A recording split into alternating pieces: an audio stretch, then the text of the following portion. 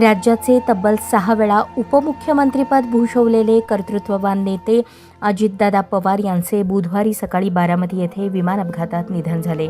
घड्याळाशी नातं जोडणारा नेता अजितदादा अकाली एक्झिट झाल्यामुळे संपूर्ण महाराष्ट्रभरात शोककळा पसरली आहे.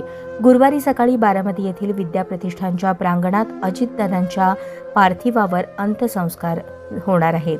यावेळी पंतप्रधान नरेंद्र मोदी आणि गृहमंत्री अमित शहा देखील उपस्थित राहणार आहेत. बुधवारी सकाळी 8:50 सुमारास बारामतीमध्ये विमान लँडिंग करताना एका शेतात कोसळलं.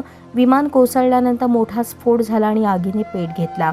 आगीत संपूर्ण विमान जळून खाक झालं. याच अपघातात अजित पवारांसह 5 जणांचा दुर्दैवी अपघाती मृत्यू झाला. विमान अपघातात त्यांच्या अकाली निधनाच्या बातमीवर कोणालाही विश्वास बसत नसल्याची भावना व्यक्त होत आहे. अजितदादांच्या मृतदेहाची ओळख त्यांच्या हातातील घड्याळावरूनच झाली. सकाळी लवकर उठणे ही त्यांची दिनचर्या आज शेवटच्या दिवशी देखील कायम होती.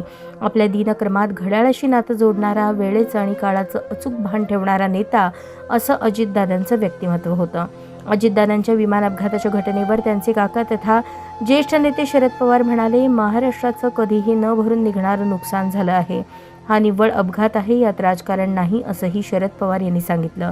यावेळी शरद पवार खूप भावूक झाले होते. त्यांना बोलता देखील येत नव्हतं. आपण आज मीडियासमोर येणार नव्हतो असंही शरद पवार म्हणाले. या अपघातात अजित पवारांसह एकूण 5 जणांचा दुर्दैवी मृत्यू झाला.